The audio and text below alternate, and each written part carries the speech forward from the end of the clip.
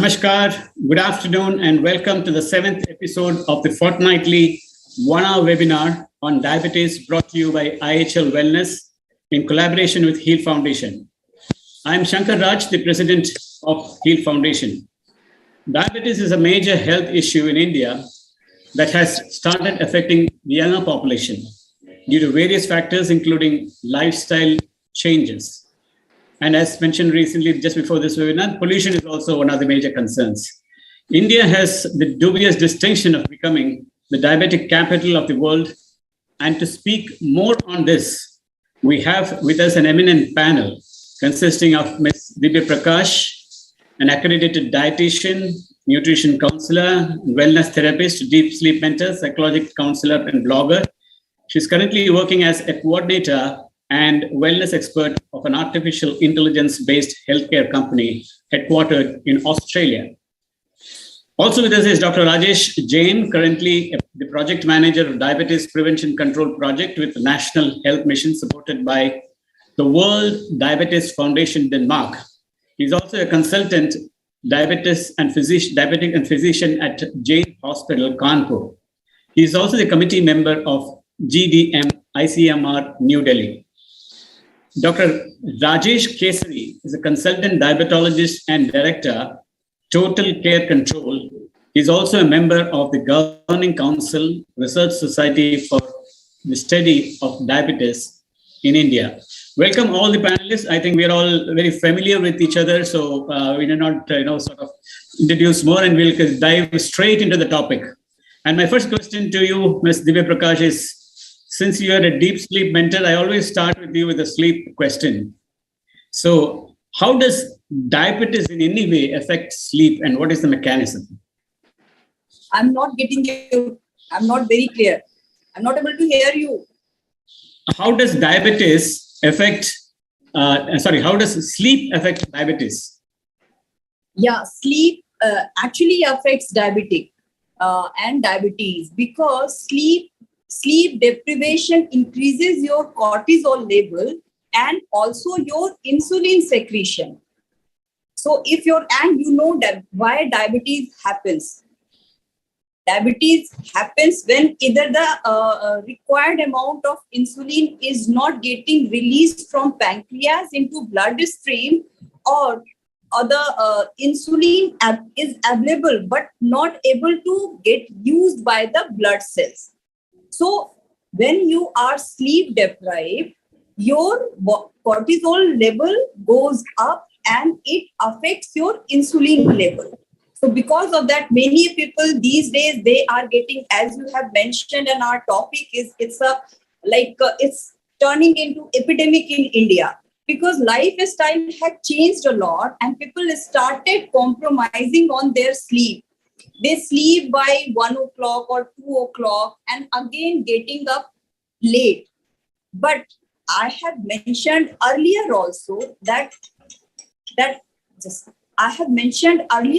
you just don't require 7 or 8 hours sleep. You are supposed to get sleep on right time because your body is getting regulated through the circadian cycle, and circadian cycle is getting controlled by the sunrise and sunset.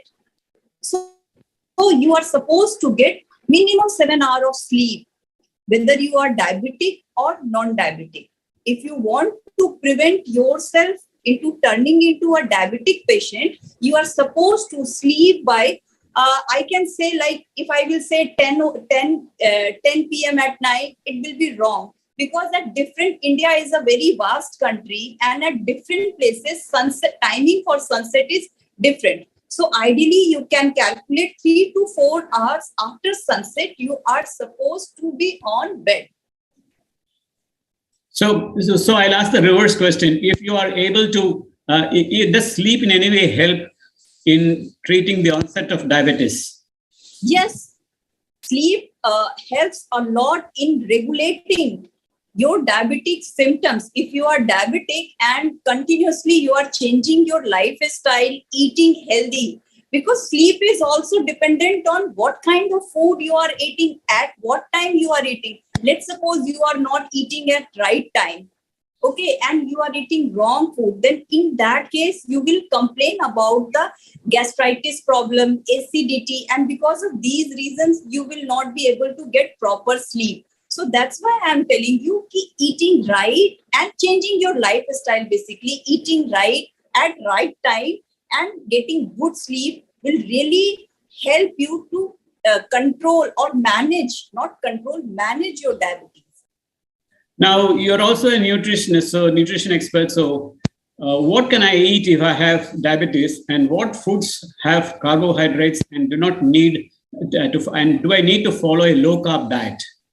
Yeah, it's absolutely right. But carbohydrate is very important for us. Like whenever a patient get diagnosed or his or her blood test comes and it indicates that you are diabetic.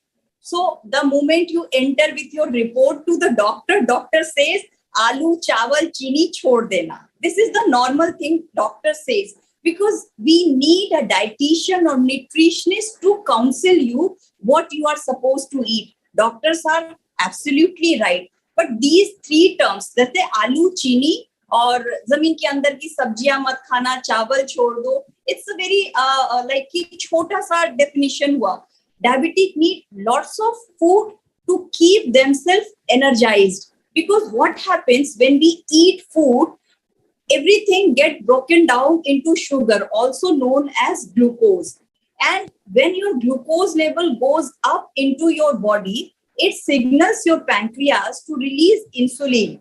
Okay. So when insulin level is like it's getting released, then your insulin acts like a key. It helps your glucose to enter inside your blood cells that gives energy to you. But if you will not eat carbohydrate, people, what mistake they do? They just leave carbohydrate from their diet. But at least 50% of their diet should be of carbohydrate. But at the same time, carbohydrate is of two types: simple carbohydrate and complex carbohydrate. Simply for a layman people, simple carbohydrate is like आपका आलू, चीनी, चावल, these are simple carbohydrate that get absorbed very fast in blood. But complex carbohydrate is very important. Complex carbohydrate, whole grains, pulses, fruits, vegetable. Fruits, again, you are supposed to mind that with the low glycemic index. It's low glycemic index means they will understand अगर food ज़्यादा ripe नहीं है तो same food का glycemic index will be low. पर अगर उसका fruit बहुत over ripe है, you can have, a diabetic can have banana, but they can't have too ripe banana. So this is the basic difference. So you are supposed to have 50% of your diet must contain carbohydrate, because carbohydrate is the only source that gives energy to your body. Then again, protein, vitamin and mineral, you cannot leave. Yes, but you're supposed to maintain. Like you are not supposed to take samosa, but sometimes one piece of aloo or something, potato has gone inside your plate. It's not going to kill you, but you should know what I'm supposed to eat. Thank you. I'll come back to you. Yeah, please.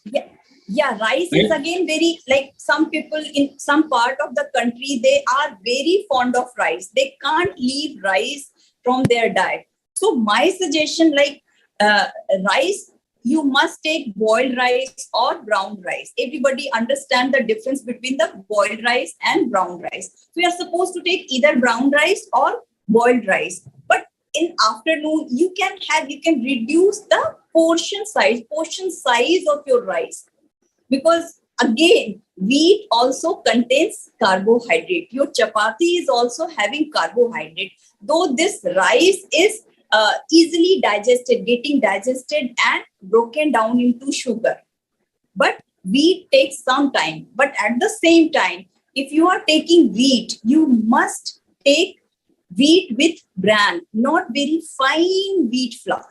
So these are the basic differences, Mr. Shankar, that people get confused and they started compromising once diabetes ho gaya, ab mujhe kuch nahi khana hai. It's nothing like that. You are a normal human being. You should just know what to eat, when to eat, and how much to eat. That's all. 3 questions. There is also a misconception, Ms. Divya Prakash, that the moment you hear that somebody is diabetic, they immediately shift from rice to wheat. They say, okay, now I take only chapatis. Now, is that correct? Actually, our genes play a very important role in our food absorption, food digestion, like throughout your life. Like in Chennai or in Assam, somebody is eating only rice and has eaten rice throughout their life, and suddenly some doctor is telling that you're not supposed to eat rice. Like I have mentioned, you can have rice, and that shift should be gradual, because your body, your genes, your your body knows that the rice is better for you. At the same time, when you will shift from rice to wheat, suddenly you will be under mental stress, and this stress will increase your cortisol level again, and your cortisol level will change your insulin sensitivity. So this is a cycle. So suddenly you should not jump or shift from rice to roti if throughout your life you had eaten rice. So shift should be gradual, and it depends on person's condition, how much sugar level he or she is having. A nutritionist or dietitian can guide, help, and some counselor can help how you should accept this change in your life. Thank you. I'll come back to you for the second round of questions. Thank you so much, Mr. Shankar. I will now move on to Dr. Rajesh Jain. Dr. Rajesh Jain, can you tell us more about this diabetes prevention control project of which you are a project manager? What exactly is the function? Thank you, Mr. Shankar. Actually, this is a very important program we are running at Uttar Pradesh with the Ministry of Health here, with the state government. So we have started it basically in 2012 with the Kanpur pilot project. So we started with basically the pregnant women detection of diabetes during the pregnancy with the 57,000 pregnant ladies. Okay, so we screen them with the 75 gram of the glucose, irrespective of the last meal. And after 2 hours, we calculated their blood sugar. Okay. So out of the 57,000 pregnant women, so 14% were detected with the diabetes, okay, during the pregnancy. So after that, we came to know in the state of UP that the prevalence of diabetes in the pregnancy is very high. Okay. So after this pilot project, the Uttar Pradesh government has expanded this program in 50 districts. And at the same time, we were screening for type 2 diabetes also. But that was not very accurate. We were doing random blood sugar testing, not fasting, not with the 75 gram of glucose, because it's a very large state with 23 crore population. But after that, this health and wellness center also came, and already 10,000 health and wellness center is working in UP. So as far as the diabetes in pregnancy is concerned, because our theory is that diabetes start from the pregnancy. Even whatever the expansion of diabetes, type 2 diabetes we are facing during the adults, so it has its beginning right in utero. Okay, because the pregnant woman, if she had more than 120 milligram of blood glucose, then the fetus is exposed to this high blood sugar level, okay, in utero. And there only it starts sensing this glucose of the mother, and fetus want to control the blood sugar of the mother by secreting more insulin. Okay, so this has an effect on the memory of the fetus, and later on this fetus, when it become adult, so it become diabetes, type 2 diabetic. Okay, so mother and the fetus both are basically the soil for coming type 2 diabetes epidemic. Okay, so once we detect during the pregnancy and control mother blood sugar, okay, by medical nutrition therapy, then 90 to 95% good control we can achieve in this particular group. Because after 5 years of the pregnancy, 50 to 60% mothers become type 2 diabetic.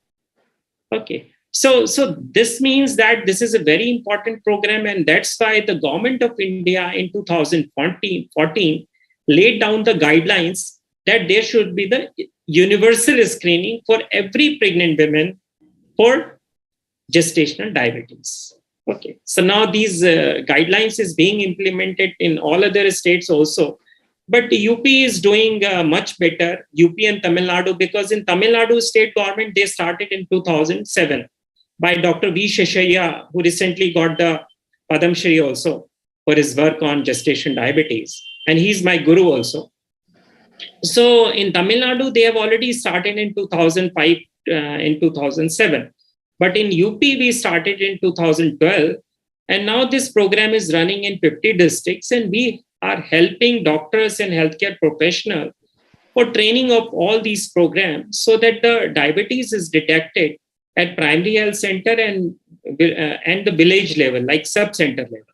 So for that, every A&M has been given a glucometer, 75 gram of glucose, strips, okay, so that she can do it in the field also. Okay, so this is a very interesting program. Until now, we have screened more than 1.5 million pregnant women in Uttar Pradesh. Okay. But my basic question is, why are pregnant women more prone towards diabetes? Is there any mechanism behind it? Yeah, definitely. Because first of all, there is a lot of shift in the food habits. Okay, like refined carbohydrate intake, as Divya Madam already highlighted this point, that the refined carbohydrate, either in the form of the wheat flour or rice, on any other form, is basically very dangerous. Okay, so I mean, the atta jo hum usko pisate hain, that should be basically mota atta hona chahiye. It should be the whole wheat bran, basically. So this is the major problem. And in the pregnancy, actually, what happened is basically because of this lifestyle, the height problem in Indian women, the height is less. Okay, overweight or obesity is also higher on the urban side. So that is basically, this pregnancy is totally a thrombotic state, hyperthrombotic state. Okay, and even a small rise in blood sugar, like more than 120, give rise to, the preconditioning or intergenerational changes in the fetus. So it transfers type 2 diabetes from one generation to the next generation through a lot of epigenomic changes. So whatever the things we are seeing, this non-communicable diseases, if we try to predict it, then 92% epigenomic part is played and 8% the genetics is played. So it's not genetics totally. So now we are learning through the NCD epidemic that the epigenomic health is more important. And definitely we can control it with the diet and with the lifestyle. And that is the biggest part of the epigenomic changes. We can have a positive epigenomic changes through good lifestyle, like 45 to 1 hour of walking daily, or at least 250 minutes brisk walking or moderate degree of physical activity. And next is the diet. And definitely the sleep is also a very important part. Recently, we found that around 500 genes are affected by a good sleep. So we can have positive effect on our epigenome, and definitely we can prevent it if we start right from the beginning, like during the puberty or during the adolescence. If these changes are implemented, then definitely we can stop this epidemic at least. So you said that Tamil Nadu started this project in 2007 and you started the project in 2012, right? Now, we have almost gone to more than 10 years after the project has. So have you started, pinning the milestones? What are the results now after this so many years? Yeah. Say in Tamil Nadu, more than 10 years, for you also almost 10 years now. Actually, sir, as I have told you, the results are remarkable. Because in our UP study, we have found around 14% of the pregnant women is affected by diabetes. Okay, even in the Tamil Nadu, it's on the higher side, like 15 to 16%. If you go to Kerala, it's even more than 25%. Okay, like in Punjab, even you will find 22 or 23%. Because as you already know, the India is a very varied genes are there. Okay, even once you go to the Punjab, you will find I mean, more than 70, 80 kg of people. Most of their weights are like that. Okay. So it's a varied country, very different type of the epigenome. Okay. So it's a very diverse country, and our result shows, especially the Tamil Nadu and Uttar Pradesh result shows that out of the every 5 pregnancy, 1 pregnancy is affected by diabetes in pregnancy. And this is later on, after 5 to 10 years, is causing this epidemic of the diabetes. Okay, so that is the main reason for this whole pandemic. Now, IDF has labeled not epidemic. Diabetes is pandemic all over the world. Yes. So just like COVID is pandemic, so it has come in the category of pandemic because 6.7 million people are dying every year because of the diabetes, which can be prevented. Okay, 83% of the diabetes is preventable disease. Okay, and we have seen just in last 20 years, because when we were doing MBBS, hardly we used to see 1 or 2 patients of diabetes admitted in our ward. Now you will see in every hospital, 25% of the patient will be with diabetes. Yeah, I will now come back to you for the second round of questions. And now I move on to Dr. Rajesh Kesari. Dr. Rajesh Kesari, in the beginning itself, when we were off, live program, you were speaking about COVID and everything. So I'll start my question with something related to that. Now, there is a bidirectional relationship between COVID-19 and diabetes. On the one hand, diabetes is associated with an increased risk of severe COVID-19. On the other, there is a new onset diabetes and severe metabolic complications of pre-existing diabetes. Why is this happening? You're mute. Can you unmute? Yes, thank you so much. First of all, thank you so much for inviting me to this podium. So this is a very interesting question, and this is what we've been facing, and we were discussing with Dr. Rajesh Jain just before the start of the program, that fortunately the worst period of COVID seems to be over, and we are very glad about that. But what was very unfortunate was that the patients with diabetes had to face a tougher period during the COVID. Why? This is very important to know, because diabetes is a chronic illness. And when diabetes is uncontrolled, the glucose levels are high, and the high glucose levels is what we call glucotoxicity, is toxic to the bone marrow. And for working of the immune system of the body, we have different cells, the immune cells, the T cells, and some special sort of chemicals are made by the cells of the body, which fight with the pathogens, whatever viruses or bacteria, which are entering our bloodstream, either through our nose or through our food or through the vent pipe through the lungs. So these, the levels of these immune molecules or these blood cells is adversely affected by high glucose levels or uncontrolled diabetes. So what in effect means is that the immune system is not able to function as coherently, as vigorously as it functions in a normal individual, or even in an individual who is having diabetes, but the diabetes throat has been controlled. So a person with uncontrolled diabetes has a sort of malfunctioning or poorly functioning immune system. And we have understood very well in this pandemic of COVID that the immune system plays a very vital role first in prevention of COVID. Not everyone who was exposed to the virus, to the COVID virus, got the infection. And not all those who did have the infection fared very badly or required ICU admissions. But of all the patients who got COVID, people who are having diabetes, type 2 diabetes or type 1 diabetes, and whose sugar levels were uncontrolled, they fared much, much worse during the COVID. Their ICU stays, the period of time which they had to be admitted, especially to ICU. And even before that, the number of patients who got admitted to ICU of all those admitted was substantially higher in diabetics.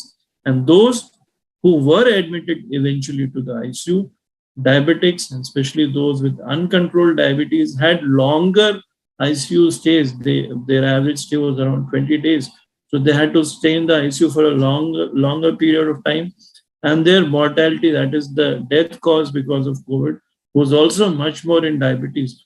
So overall, diabetes has actually adversely affected COVID. Now, as you said very truly, that there's a bidirectional relationship.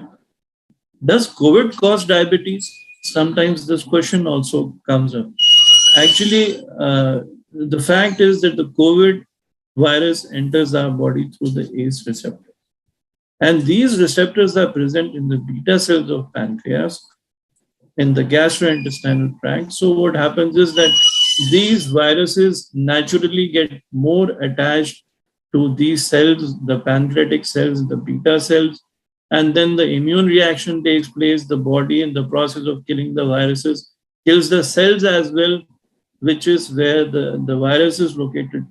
So there have been incidences, there have been published reports that people who've had COVID infection who are not diabetic at the time of infection with COVID, after 3 to 4 months or 6 months of having recovered, they develop diabetes. Now, this is a hypothesis. It may be there, it may not be there. We cannot say for sure that everyone who had COVID later on developed diabetes. So it may be there, there are a lot of doubts about it. Maybe it was unmasking of diabetes, because diabetes is not a disease which pops up suddenly. It takes years to develop. And we notice a rise in glucose level only when 50% of the pancreatic beta cells are gone. So probably it may have been an unmasking, that is, it presented at the time because of the tremendous stress of the disease, because COVID causes a lot of metabolic stress on the whole organism as such. So there could be a number of reasons for that. The other thing is that COVID majorly affects the lungs, and the immune reaction destroys the tissue of the lungs, and that is what led to the breathlessness and a lot of death, because people were just not able to exchange oxygen properly. Now, I would just like to expand here, and I would like to touch upon a topic which you started with. You started with a very, very interesting topic, and that is the topic of sleep and the role of sleep in diabetes. Very few people actually understand the importance of sleep and diabetes, and there's a condition called obstructive sleep apnea. People who are obese, those who are overweight, they carry a lot of fat in their tummy, and the fat is not only in the abdomen, tummy, it is in the throat, under the skin. And what happens is when they're lying down, that pad of fat literally blocks their airway. They're not able to breathe and they're not able to take in any oxygen. So that leads to the increase in the levels of carbon dioxide. They lose their sleep, and it happens in cycles. You see, sleep is not a passive process, it is an active process. There are different stages of sleep. So we must go through all of them to be refreshed. So what happens is, as a result of this disruption of the sleep cycle, these people don't get proper sleep. They might be sleeping for 8 hours or 10 hours, but still they are not refreshed. And as a result of that, they have a lot of complications. And one of very important complications is uncontrolled diabetes. So the people who are obese, who snore a lot, who feel very sleepy during the daytime, they might be suffering from a condition called obstructive sleep apnea. They need a very specialized treatment.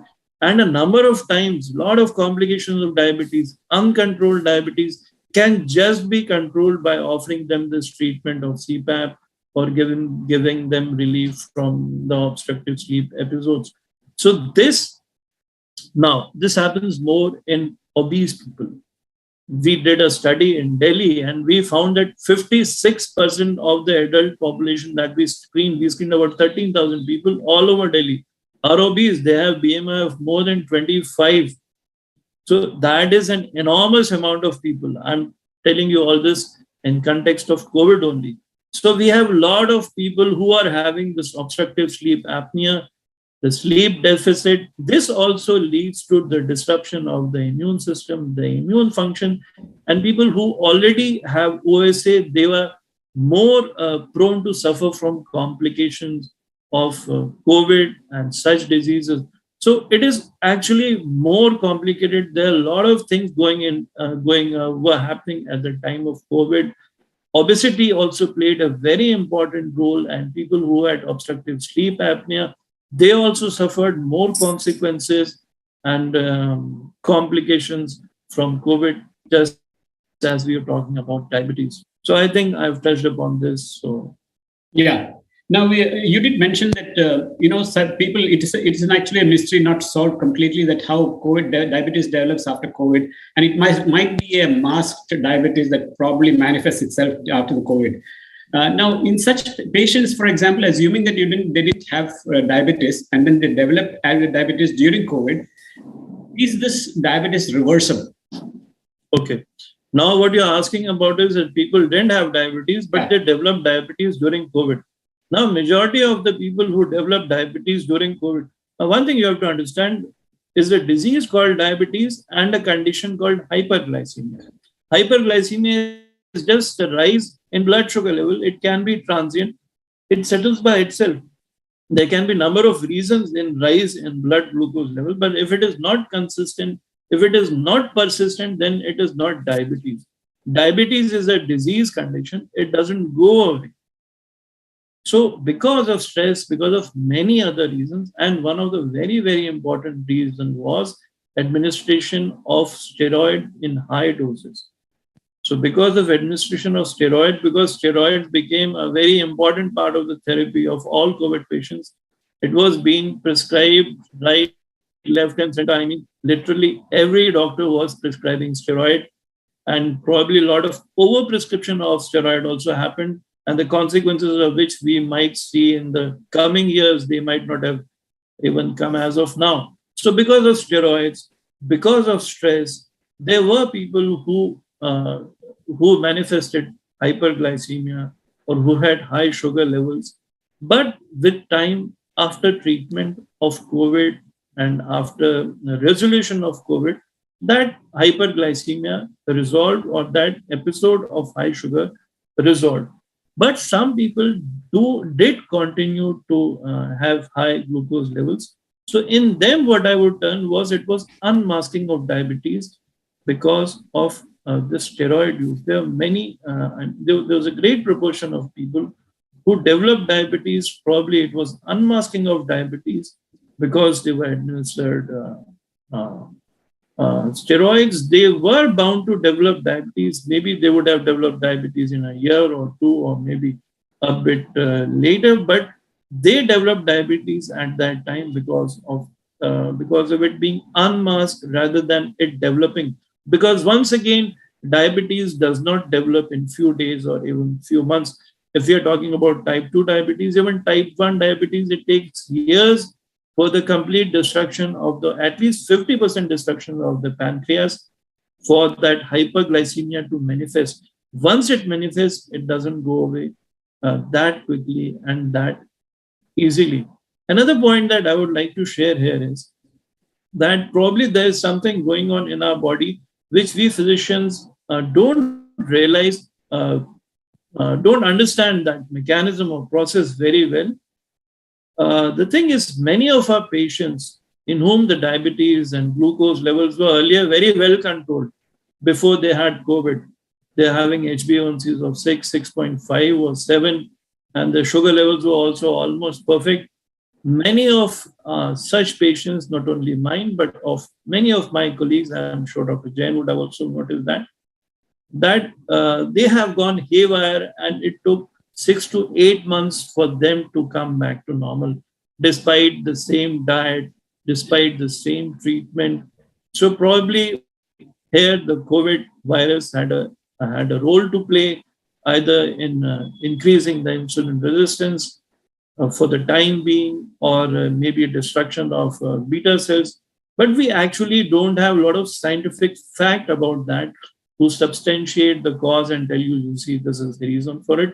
But this is something that we all have noticed. I would say all our diabetes community has noticed. But this is not something to worry about, because many of the patients, if they're listening, would have also come across it. It takes some time, but it settles down and the glucose levels come down with appropriate treatment. Yeah, I'll come back to you. Thank you for the detailed explanation, Dr. Kestri. I'll come back to you. I'll go back to Ms. Divya Prakash. Ms. Divya Prakash, the point that you touched regarding sleep has really triggered a lot of talk on this. I think that was they have explained more. Now, I would like to ask you apart from that, and also obesity. Now, how important is exercise in controlling diabetes? It's very important. It's very important. Last time also in our discussion, I have mentioned that it's a general, I can say people think that the 150 hour per week workout or exercise is sufficient to maintain a healthy lifestyle. But last time also I have mentioned that there are two kinds of races, like one Asian races and another is Caucasian races. Whatsoever studies available or research, it's for Caucasian races. For Asian races, very few studies are there. And for Asian races, like for us, we need 250 hours per week walk or exercise.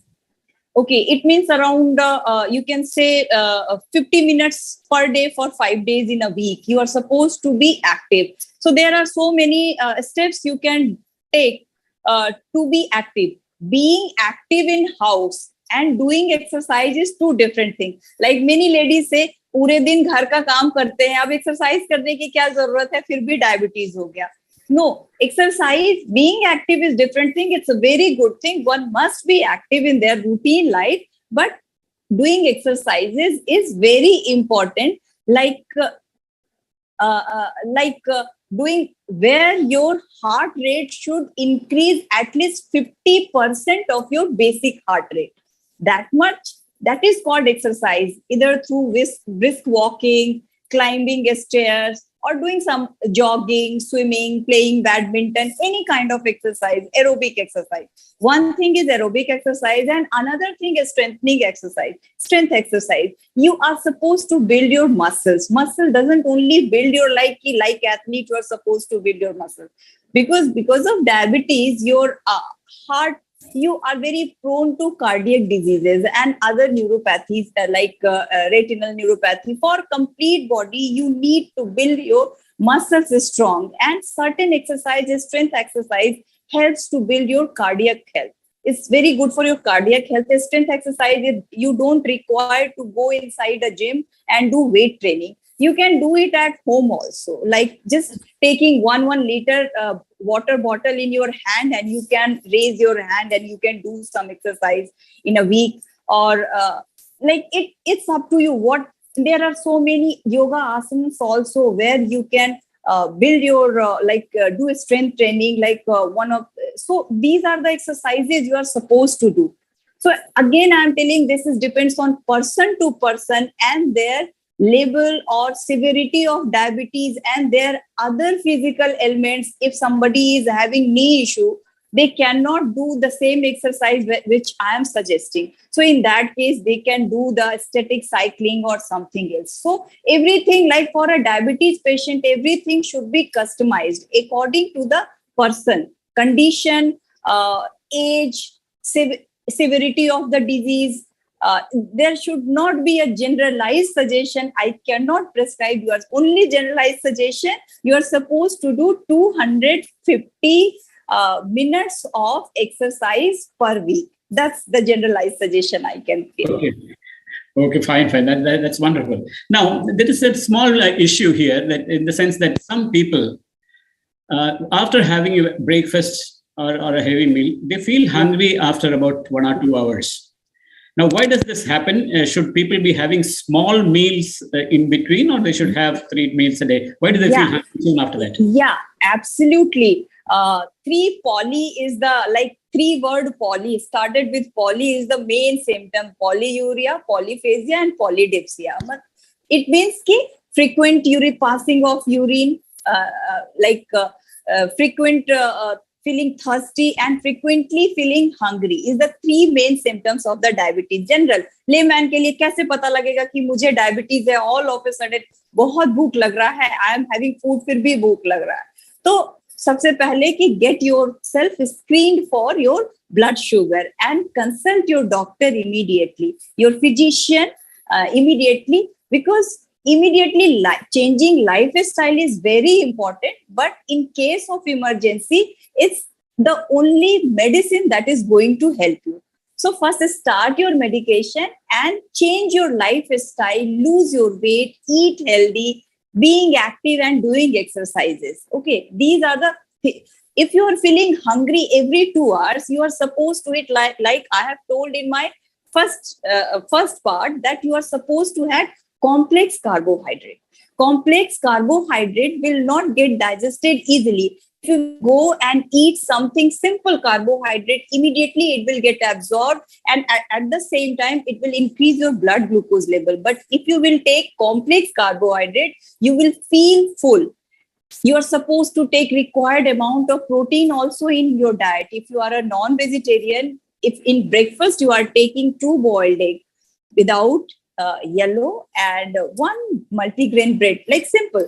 So you will feel full for very long. Or you can take like sattu. Sattu, everybody knows sattu. Sattu water, if you are taking with slight salt and lemon juice, you will feel full. So you are supposed to make smart choices for your breakfast. Like, either 2 chapati, whole bran. You can have 2 chapati with lots of seasonal vegetable. So you're supposed to make smart choices for your vegetable, and in between also you are supposed to have something or other every 2 hours. Small meals, but every 2 hours, like one breakfast, then some snacks, then your meal, lunch, then again some snacks, then again your dinner or something. In between, you are supposed to take sufficient amount of fluid or water whatsoever. So this is the normal pattern for maintaining your diabetes and healthy eating habits. Now, one question is, are women more prone to become obese? Yeah, because they feel, I am also a woman. You're not at all obese. I don't include it. No, I'm telling you, from all the women, they feel that looking after whole family is very important and their prime job. They skip their breakfast. They feel that I am getting obese, especially after marriage. So I'm supposed to skip my breakfast or lunch. I'm supposed to take only 1 meal in a day. So this habit or mentality of theirs make them more prone to obesity. You need breakfast. Your body needs fuel at certain time. If you will not eat properly and give sufficient amount of carbohydrate, protein, fat, and other vitamin minerals to your body will go into starvation mode. And when your body will enter into a starvation mode, it will signal your brain to lower your basal metabolic rate, BMR. When your BMR will low, whether you are eating or not, your fuel will not burn, and you will gain weight overall. So it's better to have breakfast, lunch, and dinner. Like, if you are not able to, like, you are a bankrupt, your bank is not having money, you cannot give loan to anybody. Similarly, if you are not healthy from inside, you cannot take care of other member in the family. So it's my request, whosoever our ladies viewers, our female viewers are there, so must have healthy, balanced diet, and 3 meal is compulsory. And that too, breakfast is must for everybody, including women. We should not skip our breakfast. But our choices should be healthy, inclusive of carbohydrate, protein, all, like in terms of some whole grains, some protein sources, green vegetables, everything should be there in your plate. At the same time, one more thing I would like to mention, that is a very big myth. Like, whenever we serve our food in our plate, what we do, we take nice serving of rice and chapati, little bit of dal, and और भी थोड़ा सा सब्जी. But होना क्या है, if this is a plate and I will divide it into 4 parts, only 1 part should be our cereal. like rice or chapati, 1/4 should be pulses or curd, and half plate should be our vegetables, green vegetables, green leafy vegetables like salad or sabji. But we do this mistake, and if we will start practicing eating healthy, sleeping on time, being active, doing some exercise, so trust me, Mr. Shankar, nobody will be obese, neither mother nor kids. Nobody, no lady, no gents, everybody will be happy, and diabetes will not be a epidemic in India. But people are not ready to understand. I hope that through your show, people will understand the importance of living a healthy, proactive life, not reactive life after getting diagnosed with diabetes. Thank you, Divya. I think your division of plate was excellent.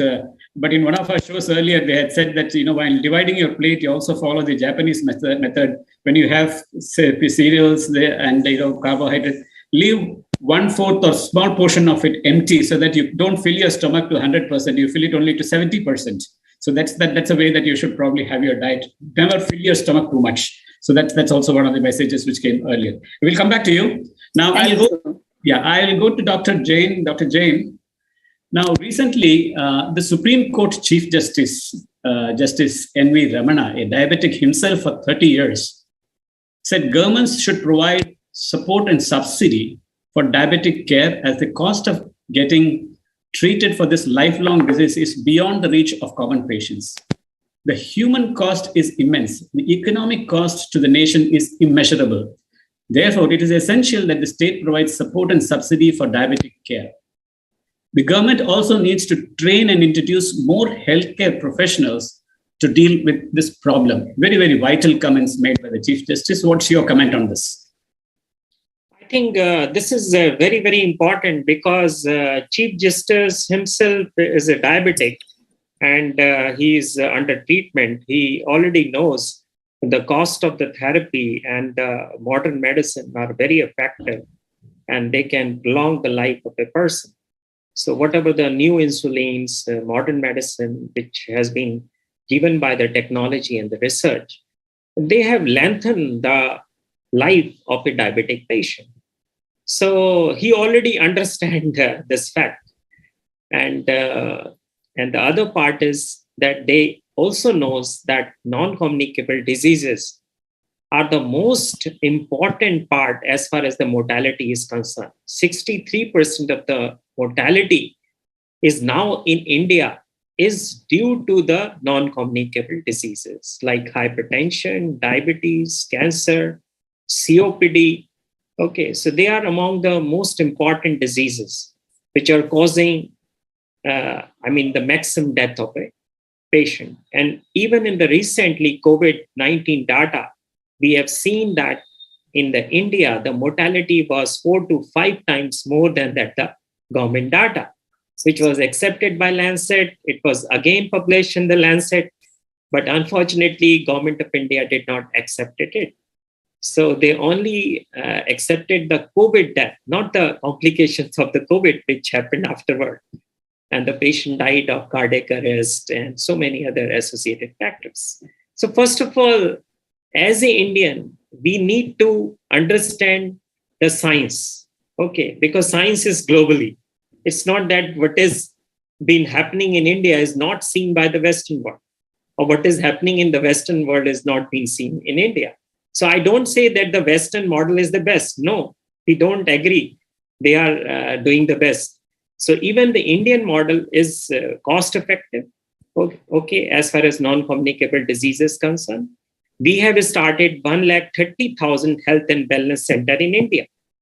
Okay, so we need to empower these centers through the modern medicine.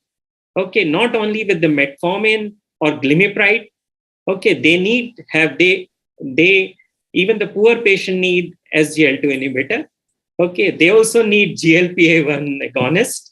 They need the glargine insulin, smart insulin, as Divya already mentioned, smart choices.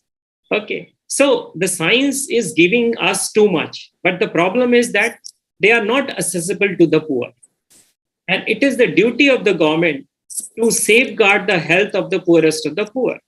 and supply at least the medicine part in these health and wellness center. Okay, even in the district hospital, you will see in India, only metformin or glimepiride is available. Okay, glimepiride causes hypoglycemia, we already. Okay, gliclazide does not causes, that's why gliclazide was included in the WHO emergency list for diabetes. Okay, that need to be included. So my recommendation is that the NCD section of the government of India should be proactive in guiding the government, and government should act now. We are not spending even 1% of our budget in non-communicable diseases. Okay, we are hardly spending overall budget 1.25% of the GDP. If we see our neighbor like China, their government is spending 2.5% of their GDP on NCD. Okay, if you see the IDS Atlas, China is spending $50 billion on diabetes care. Okay, so can you imagine? Our neighbor is so ahead of us.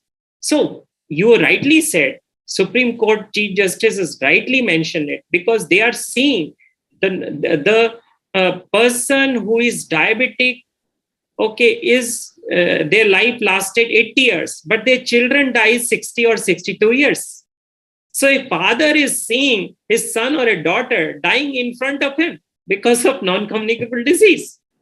So this is everybody is seeing. But the point is that we need to at least provide 70% of the care with the government sector, and 30% should be for the definitely the private sector. But here it is the opposite.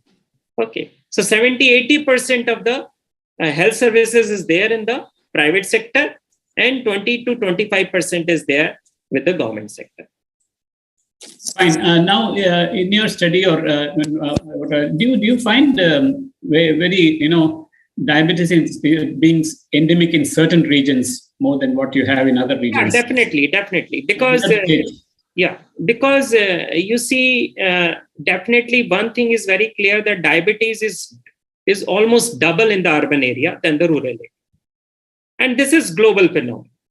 Okay, in the rural area, they are eating non-refined things. They are more exposed to greenery. Pollution level is less. Okay, so there is a natural protection in the rural area. Water is maybe the much more cleaner. Okay, there is more air there. Okay, less polluted. So, and there is a whole grains are available in the rural areas, which is not available in the basically urban area. So, and the second part is, as I have already told you, the South India, especially more south you go, you will find the higher prevalence of the diabetes. And same thing in the Punjab, especially in the Punjab area. That is also very, very prone for diabetes because of the overweight and the obesity. If you see the Punjab data, urban obesity is almost more than 50%. Because in India, the BMI, if it is more than 25, we take it as a obesity. Okay, and BMI more than 23 is the overweight. So as Divya rightly pointed out, that Asian genotype is more prone for diabetes and cardiovascular disease. So we need more exercise compared to Caucasian. Okay, so we need 250 minutes of moderate degree of exercise per week compared to 150 recommended by other organizations. From your talk, what you mentioned, Java, I feel that there is a link between affluence and diabetes. Is that right? Punjab, South India? Yeah, a little bit. But now we are seeing more diabetes in lower socioeconomic group because they are taking a lot of refined foods. They are spending their lot of money on food only. Okay. So as you see the IDF Atlas, out of the 4 people diabetic in the world, 3 people are in the lower and middle income countries only. Okay, so it is reverse as far as the Western world is concerned. The more influence, like in European, have the least incidence of diabetes because they are more aware. They are now getting more aware. And Africa and Pacific nation and Southeast Asia, they have more than 100% rise of the diabetes in last 15 years. Okay. It is sometimes said that we lack in controlling communicable disease, and we also lack in communicating the proper messages to the people. I think communication is also important. I'll come back to you. I'll move on to Dr. Kesri. Dr. Kesri, I will come back to Chief Justice Ramana, what he said, and quote, every time I see a report that a new drug for diabetes is about to be released, I anxiously look forward to it. For the last 30 years, I have been taking the same drugs. I felt so happy when Indian scientists and researchers came up with a COVID vaccine within a few months. But unfortunately, we are nowhere near finding a permanent cure for diabetes, which is an ancient disease. My only wish is that a cure is found. For this, scientists and researchers have to give full attention to this aspect. Unquote. What is your comment on this? Yes, and I would like to add on here that we in RSSDI last year organized a Defeat Diabetes mission in which a world record was set of conducting blood glucose tests, the maximum number of blood glucose tests in the world. And the mission itself was initiated with the address of Chief Justice Ramana, as you said. He actively participated in that mission. So it's quite obvious that he has good knowledge about diabetes, and obviously is a diabetic. So yes, it is true, and fortunately, it is true. Just as Dr. Rajesh Jain had mentioned about medicines, the SGLT2 inhibitors, GLP-1 receptor agonists, DPP-4 inhibitors.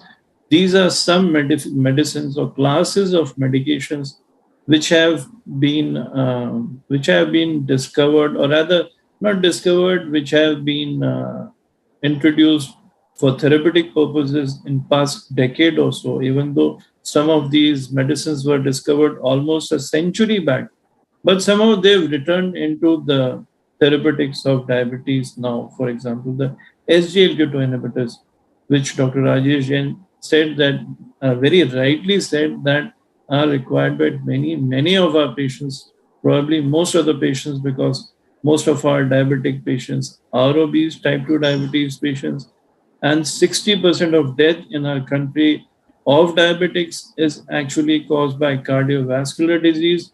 So many of these can be prevented if our diabetic patients are given such drugs in time. What Chief Justice Ramana has said is also quite true, even though a lot of progress, scientific progress, is being done in our country, but we are yet to see any new anti-diabetic molecule coming up in our country.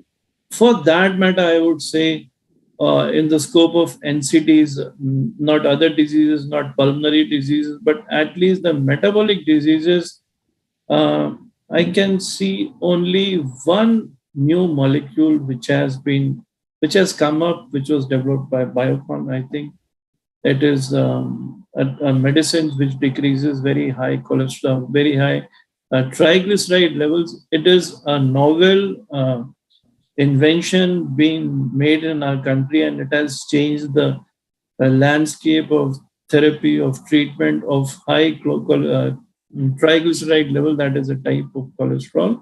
You can say all over the world, not only in our country. So yes, some medicines for treatment of metabolic disease, some newer molecules have been developed and they have been game changing, but a lot more is desired. And I'm not from the pharma sector and I'm not into research, but one thing which we are given to understand by all the researchers and scientists is that all this requires a lot of government funding.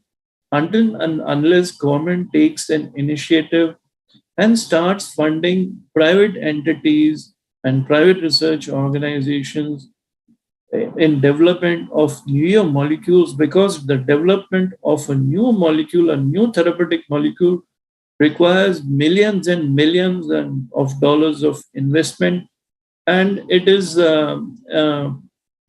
not always a very assured venture, because the molecule may drop off in the third stage of its development. It may not be introduced in the market, or it may have to be withdrawn immediately after introduction into the market. So it is a very, very risky venture. So not many Indian companies are ready to invest in development of newer molecules. Actually, the answer to your question lies in this fact that more and more new therapies, absolutely new molecules and therapies need to be developed, and the development of such treatment and therapies and molecules is very much cost intensive. So what most of the Indian companies do is that they take molecules or treatment therapies which have been developed outside India, they're manufactured in India, and they're used by Indian patients, or they're re-exported back to their parent companies. So obviously, until and unless the government starts doing more expenditure on research and development of new molecules, I don't think that we are going to see a big change in the treatment scenario. At times, we are left out because many companies at times do not wish to sell their costlier treatment, costlier therapies in India. So sometimes our patients are not able to utilize all those treatments which may be available in other countries also. But at the same time, I would like to applaud. There have been some judgments, even of the Supreme Court, where the courts have upheld the rights of the Indian companies who are manufacturing certain medications and molecules which are very much required for our diabetic patients. So now we see SGLT2 inhibitors and DPP4 inhibitors, which are very cheap, and they are very widely available, and they have actually transformed the diabetes treatment scenario in past 4 or 5 years. Another thing I would like to add on here is that a lot of times people get carried away by something new. If a new medicine comes up, that does not mean that it is magic. It actually takes a very long time, even for the doctors who are prescribing the medicine, to understand the pros and cons of this medicine. So sometimes many medicines are withdrawn from the market after 4 years, 5 years, or 10 years, because rosiglitazone is a wonderful example of one such drug, which was being used for decades. And then later in 2010 only, it was realized that this medicine is causing heart attacks. So it was actually withdrawn.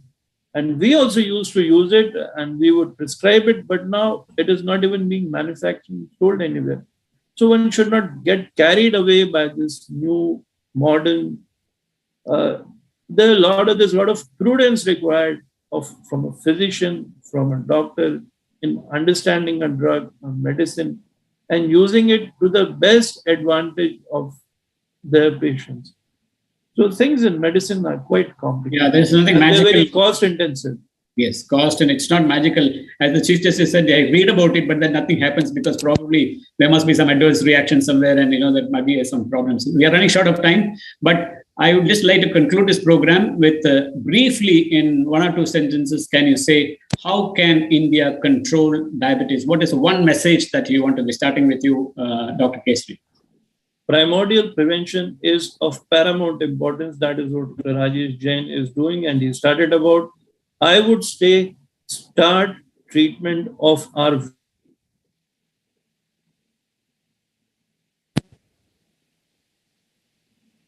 look after their health, and as the child grows, give a lot of attention to the development of the child. The children should not be obese, they should be physically active, and at the same time bring in transformation of the whole society in their food habits, in their physical activity habits. It cannot be done in just one way. We have to act on all the verticals of development of diabetes and its complication. But I think now is time to start and prevent the diabetes right at the onset, and that is with the pregnant mothers, later on in the children, and going on further to the adults by modifying their life habits and their lifestyles. Dr. Jain, briefly, what's your message? Yeah, my actually main message is focus on fetus for future. Okay, because our focus should be on the fetus and the mother as a whole unit, because that is the future generation. And modification start in diet and exercises right from the pre-puberty level. And female health should be given more importance because they bear the generation. Okay, male cannot be pregnant. Okay, so only female can be pregnant. And we need to concentrate more on our girls, not only for their health, but for their education also. Quite right, quite right. I think, as you rightly said, this treatment or the intervention should start in the womb itself, so that we prevent the future generation. What about you, Ms. Divi Prakash? What's your message, briefly? Yeah, Mr. Shankar, my message is very simple. India is a developing country. We cannot afford to overload our country with diabetes. So it's rather than waiting for reacting treatment, we should follow the path of preventive treatment. We start living a healthy lifestyle, try to lose our extra weight, eating healthy, being active, and sleeping on time, enjoying our health, and contributing our patriotism towards our country. That's my message. That's wonderful, wonderfully put. I think you have only one life, so it's better that you live, enjoy, and then sleep well also. Thank you very much for this wonderful program. I think it was wonderfully your message. Thank you very much, and have a nice day ahead. Thank you. Thank you. Thank you.